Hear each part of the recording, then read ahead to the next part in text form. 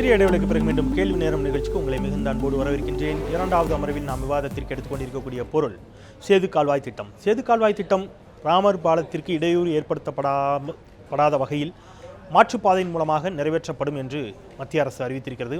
மத்திய அமைச்சர் நிதின் கட்கரி இன்றைக்கு நேரில் ஆய்வு செய்து இதை உறுதி செய்திருக்கிறார். சேது கால்வாய் திட்டத்தை நிறைவேற்ற மாட்டோம் என்று பாஜக கடந்த காலத்தில் சொல்லியது, அதைத் தொடர்ந்து ஏற்பட்ட எதிர்ப்புகள், பல்வேறு பிரச்சனைகள் அதில் சென்று கொண்டிருந்த ஒரு சூழலில் இன்றைக்கு மத்திய அரசினுடைய நிலைப்பாட்டில் மாற்றம் ஏற்பட்டிருக்கிறதா? சேது கால்வாய் திட்டத்தில் ஏற்கனவே செலவிடப்பட்ட பணம் பல கோடிகள் செலவிடப்பட்டதை அது என்னவாயிற்று? பல்வேறு கேள்விகள் இதை மையப்படுத்தி நமக்கு எழுகின்றன. இந்த கேள்விகளுக்கான விடையை நாம் காணலாம் இந்த அமர்வில். இது தொடர்பாக நம்ம மத்தியிலே கலந்து கொண்டு தங்களுடைய கருத்துக்களை பதிவு செய்வதற்காக பேராசிரியர் சுப வீரபாண்டியன் அவர்கள் நம்ம மத்தியில் இணைந்திருக்கின்றார். வணக்கம் சார். இல கணேசன், பாரதிய ஜனதா கட்சியினுடைய மூத்த தலைவர்களில் ஒருவரான இல கணேசன் அவர்களும் நம்மோடு தன்னுடைய கருத்துக்களை பகிர்ந்து கொள்ள இருக்கிறார். அவரையும் நாம் வரவேற்கலாம். என்னுடைய முதல் கேள்வியை இந்த அமர்வை பேராசிரியரிடமிருந்து தொடங்கலாம் அப்படின்னு நினைக்கிறேன். இன்ற மத்திய அரசின் முடிவை எப்படி பார்க்குறீங்க? திடீர் மாற்றம்னு எப்படி நினைக்கிறீங்களா, இல்லை இது குறித்து உங்களுடைய அடிப்படையிலான கருத்து என்ன? அதாவது இது நல்ல மாற்றம் தான். ஒரு செய்தியை சொல்ல வேண்டுமானால், பாரதிய ஜனதா கட்சி முதலில் ஒரு நிலை, பிறகு ஒரு நிலை, இப்போது ஒரு நிலை என்கிற 3 இடங்களுக்கு வந்திருக்கிறது. இது அடிப்படையில் அதாவது வாஜ்பாயினுடைய ஆட்சி காலத்தில் அவர்களுடைய கட்சியை சார்ந்த கப்பல் துறை அமைச்சராக இருந்த கோயலும் இணை அமைச்சராக இருந்த திருநாவுக்கரசரும் இருக்கிற போது தான் இந்த திட்டம் வெளியிடப்பட்டது. பிறகு அவர்களே மறுத்தார்கள். இப்போது அவர்கள் மாற்றுப்பாதையின் மூலம் நிறைவேற்றுவது என்கிற நிலைக்கு வந்திருக்கிறார்கள். இதில் பல்வேறு விதமான விவாதங்கள் இருக்கின்றன. குறிப்பாக 3 விவாதங்களை நாம் சொல்லலாம். ஒன்று, அது ராமர் பாலம் என்பது அவர்களின் நம்பிக்கை, வெறும் மணல் திட்டு தான் என்பது எங்களை போன்றவர்களின் பார்வை. இரண்டாவது, இது சுற்றுச்சூழலை பாதிக்கும் என்று ஒரு சாரார் கூறுகிறார்கள். பாதிக்காது என்ற மறு கருத்து இருக்கிறது. பொருளாதாரத்தில் இது உதவாது. இப்படி 3 விதமான சிக்கல்கள் இருக்கின்றன.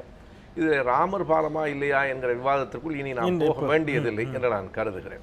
அது எப்படி வேண்டுமானாலும் இருக்கட்டும். கலைஞர் அவர்கள் சொன்னது போல அது ராமர் பாலம் என்றே வைத்துக் கொள்ளட்டும், ராமர் கால்வாய் என்று கூட பெயர் சூட்டட்டும், திட்டம் நடைமுறைக்கு வந்தால் சரிதான் என்பது. இன்றைக்கு திட்டத்தை மறுபடியும் நடைமுறைப்படுத்துகிற அந்த நோக்கத்தோடு பார்வையிடுவதாக அமைச்சர் நிதின் கட்கரி அவர்கள் சொல்லியிருக்கிறார். என்ன ஒரே ஒரு கேள்வி இருக்கிறது என்றால், 6வது வழி என்கிற அந்த பாதையை தான் நீதி ஏற்றுக்கொண்டு தேர்ந்தெடுக்கப்பட்டது. இப்போது அந்த வழியாக இல்லை, மாற்றுப்பாதை வழியாக என்று சொன்னால் அதில் சுற்றுச்சூழல் பாதிப்பு என்ன ஆகும், அதனால் செலவுகள் எவ்வளவு கூடுதலாக ஆகும் என்பதை கவனிக்க வேண்டும். ஒருவேளை இது போகாத ஊருக்கு வழியாக இருந்துவிடக் கூடாது என்ற ஒரு கவலையை தவிர அவர்கள் மறுபடியும் நடைமுறைப்படுத்துவோம் என்று சொன்னது மகிழ்ச்சி. அதை வரவேற்க அவருடைய கருத்தையும் இலகணேசன் அவருடைய கருத்தையும் கேட்கலாம். இலகணேசனை பொறுத்தளவிலே திரு இலகணேசன் அவர்கள், இந்த விவகாரத்தில் அடிப்படையில் இன்றைக்கு திடீரென்று ஏன் ஒரு மாற்றம்? இந்த திட்டத்தை நிறைவேற்றியவர்களா மாட்டீர்களா? இது ஒரு ஏமாற்று வேலை என்ற ஒரு வாதம் வைக்கப்படுகிறது. பாஜக நிச்சயமாக இந்த திட்டத்தை நிறைவேற்றாது அப்படிங்கிற ஒரு கருத்து வைக்கப்படுகிறது. உங்களுடைய வாதம்?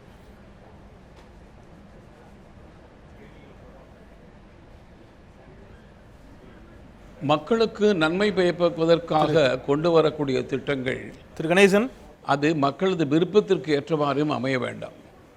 பாரத நாடு முழுதும் இருக்கிற கோடானு கோடி மக்களது மன உணர்வை புண்படுத்தி ஒரு திட்டத்தை அமல்படுத்த விரும்புவது பொருத்தமானதல்ல. வாஜ்பாய் அவர்கள் காலத்தில் எந்த திட்டத்தை அமல்படுத்த வேண்டும் என்று நிபுணர் குழு பரிந்துரை செய்தார்களோ, எந்த திட்டத்தை நாமும் ஏற்றுக்கொண்டு அறிவித்தோமோ, அந்த 4வது வழிப்பாதை திட்டத்தை அமல்படுத்துவதில் எங்களுக்கு ஆட்சேபனை இல்லை என்று முன்பாகவே சொன்னோம். என்ன காரணத்தாலும் ஆட்சி மாற்றம் ஏற்பட்ட பிறகு அது 5வது 6வது வழித்தடமாக மாற்றினார்கள். அதன் காரணமாக ராமர் பாலம் அது பாதிக்கப்படும் நிலைமை இருந்தது. நீதிமன்றத்திலேயே இப்போது ராமர் பாலம் பாதிக்கப்படக்கூடாது, அதற்கான மாற்று வழி தேடுங்கள் என்று சொன்ன நிலையில் நாங்கள் உண்மையான முறையில் இந்த சேது சமுத்திர திட்டத்தை ராமர் பாலத்திற்கு பாதிப்பு இல்லாத வகையில் எப்படி அமல்படுத்துவது என்று சிந்திப்பதற்காகத்தான் எங்களது மத்திய அமைச்சர் நிதின் கட்கரி அவர்கள் இன்று காலையில் சேது சமுத்திர திட்டத்தின் அந்த பகுதியை ராமசேதுவை ஆய்வு செய்வதற்காக சென்றிருக்கிறார்கள். அநேகமாக இந்த அரசாங்கம் இப்போது அந்த பாம்பன் பகுதியில் இருக்கிற ரயில்வே பாலம் மற்றும் தரைவழி பாலம் அந்த பகுதியை இன்னும் ஆழப்படுத்தி அகலப்படுத்தி நவீனப்படுத்தி இந்த திட்டத்தை அமல்படுத்தலாமா என்று யோசிப்பதாக தெரிகிறது. ஆனாலும் இது எந்த அளவுக்கு சாத்தியம் என்பதை பற்றி அறிந்து சொல்வதற்காக நிபுணர் குழு அது ஆய்வு செய்யும், அதன் பிறகு முடிவெடுக்கும். நிச்சயமாக தொடர்ந்து இணைந்திருங்கள். நான் சுபவிடமிருந்து கூட பேசிட்டு வரேன். இப்போ அவர் சொல்கிற ஒரு விஷயத்தை புரிந்து கொள்ள முடிகிறது. வாஜ்பாய் ஆட்சி காலத்தில் திட்டப்பட்ட திட்டம் தான் இது. அதை நடைமுறைப்படுத்துவதில் எங்களுக்கு எந்த சிக்கலும் இல்லை. நீதிமன்றமே அந்த ராமர் பால பாதையை தேர்ந்தெடுக்கக்கூடாது என்று சொன்னதன் பிறகுதான் நாங்கள் இன்றைக்கு மாற்றுப்பாதையை குறித்து ஆலோசிக்கிறோம் அப்படிங்கிற அவருடைய வாதத்தை நீங்கள் எந்த அளவுக்கு ஏற்றுக்கொள்கிறீர்கள்? அதாவது 4வது வழி பாதையை நாங்கள் ஏற்றுக்கொள்கிறோம் என்று அண்ணன் கணேசன் இங்கே சொல்கிறார். 4வது வழி பாதையை ஏற்றுக்கொள்வதிலே என்னென்ன சிக்கல்கள் அறிவியல் பூர்வமாக சுற்றுச்சூழல் அடிப்படையில் இருக்கிறது என்கிற ஒரு கேள்விதான். அதாவது 152 கிலோமீட்டர் என்பது 4வது வழி பாதையில் வருகிற போது 167 கிலோமீட்டராக ஆகும் என்று சொல்லுகிறார்கள். இரண்டாவதாக, அதாவது 21 தீவுகளுக்கு அருகில் இருக்கிற ஆழமற்ற பகுதிகளில் பவளப்பாறைகள் இருக்கின்றன. 4வது வழி பாதை பவளப்பாறைகளை பாதிக்குமா என்று ஒரு கேள்வி இருக்கிறது. இன்னொரு பெரிய கேள்வி, இது 2427 கோடி ரூபாய் திட்டம். 152 கிலோமீட்டரில் ஏற்கனவே 78 கிலோமீட்டருக்கான அந்த வேலைகள் முடிந்திருக்கின்றன. இப்போது புதிய வழி பாதையில் போவதன் மூலம் மறுபடியும் அது 2427 என்பது 2000களினுடைய தொடக்கத்தில் வகுக்கப்பட்ட திட்டம். அது அதிகமாக இன்றைக்கு இன்னும் மேலும் கூடுதலாகும். இப்போது செய்யப்பட்ட பணிகளும் இன்று போய் மீண்டும் புதிய பணிகள், புதிய செலவு வந்து சேருமா என்கிற கேள்வி. இதில் ஒன்றை நான் தெளிவாக சொல்லுகிறேன்.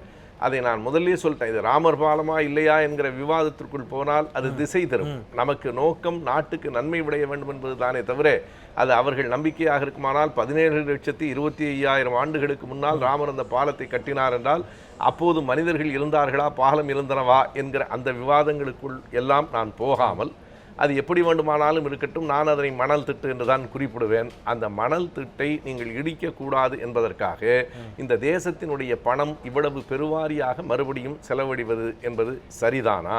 எங்களுக்கு அதனை இடிக்க வேண்டும் என்கிற எந்த நோக்கமும் இல்லை. அதனை இடித்தே தீர வேண்டும் என்றெல்லாம் நாங்கள் ஒரு உறுதியாக இருக்கவில்லை. எப்படி வேண்டுமானாலும் இந்த திட்டம் நிறைவேறினால் சரி. ஆனால் இந்த 4வது வழி பாதை என்பது நீரி என்கிற நாக்பூரில் இருக்கிற அந்த சுற்றுச்சூழல் ஆய்வு அமைப்பினால் ஏற்கப்பட்டிருக்கிற ஒன்றாம். ஏனென்றால் 6வது வழி பாதை தான் ஏற்கப்பட்டிருக்கிறது. இப்போது மறு ஆய்வுகளை தொடங்கி மீண்டும் முதலிலிருந்து வரப்போகிறார்களா? அந்த திரைப்படங்களில் சொல்லுவான் மறுபடி முதல்ல இருந்தான். எனவே அந்த கேள்விதான் எனக்கு இருக்கிறதே தவிர, திட்டத்தை நிறைவேற்ற மறுபடியும் முயற்சிக்கிறோம் என்று அவர்கள் சொல்லுவதில் மறுபடியும் இயற்கை சார்ந்து, சுற்றுச்சூழல்கள் சார்ந்து, செலவு சார்ந்து, பொருளாதாரம், சுற்றுச்சூழல் இரண்டையும் நான் அறிவியல் பூர்வமாக, ஏனென்றால் அவர்கள் அரசு சார்ந்து இருக்கிறவர்கள், மக்களுக்கு அதனை அவர்கள் சொல்ல வேண்டும் என்றுதான் நான் கேட்டேன். சுற்றுச்சூழல் சார்ந்து இந்த விவகாரத்தில் இல கணேசன் அவருடைய பதில் என்னவா இருக்குன்னு பார்க்கலாம். இப்போ சுற்றுச்சூழல் துறை ஆர்வலர்கள் இதை எதிர்க்கிறார்களே, அது குறித்து உங்களுடைய மொத்தத்தில் இந்த திட்டத்தை நிறைவேற்றக்கூடாது, அது சுற்றுச்சூழலுக்கு பாதிப்பு அப்படிங்கிற வாதத்தை நீங்கள் எந்த அளவுக்கு ஏற்றுக்கொள்கிறீர்கள்?